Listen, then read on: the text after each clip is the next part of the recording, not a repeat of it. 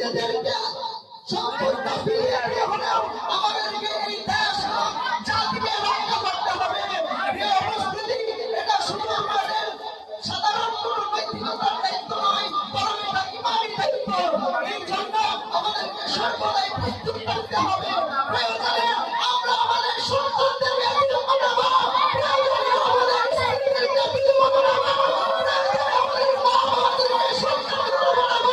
কিন্তু আমাদের বাংলার জমিনে কেউ বিধবা হবে, বিপ্লব মহিলায় হস্তক্ষেপ করবে, সেটা আমরা কখনোই মেনে নিব না, নেব না, নেব না।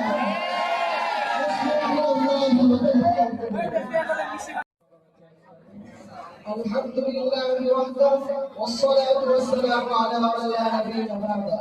أما بعد فأعوذ بالله من الشيطان الرجيم. بسم الله الرحمن الرحيم. إنا فتحنا لك فتحا مبينا. صدق الله العظيم. অন্তর্যান আয়োজিত ঐতিহ্যবাহী জামিয়া ইসলামিয়া শামসুর মাদ্রাসা ছাত্রকলা কর্তৃক আজকে সেমিনারে সম্মানিত সভাপতি, অভিজ্ঞ বিচারক মণ্ডলী, সুযোগ্য পরিচালক, আমার সামনে উপবিষ্ট বাংলার দূরান্ত থেকে এলএমপি পাশ ছাত্র ভাই ও বন্ধুগণ, সকলকে জানাই আমার পক্ষ থেকে আন্তরিক শুভেচ্ছা ও অভিনন্দন। প্রিয় উপস্থিতি, আজ সেই বিষয় নিয়ে আমি আপনাদের সামনে উপস্থিত হয়েছি, সেই সম্পর্কে আপনারা অবশ্যই অবগত আছেন, আর তা হলো বিজয় দিবস।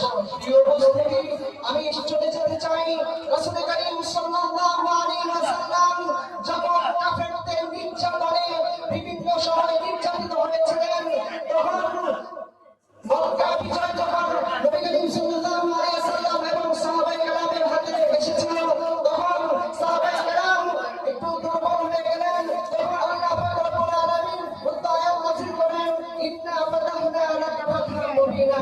হে নবী, নিশ্চয়ই এটা আপনার জন্য প্রকাশ্য বিজয়। প্রিয় উপস্থিতি, আমার আপনার প্রশ্ন থাকতে পারে, এই মক্কা বিজয়ের সাথে বিজয়ের প্রশ্ন আসে। আমি বলতে চাই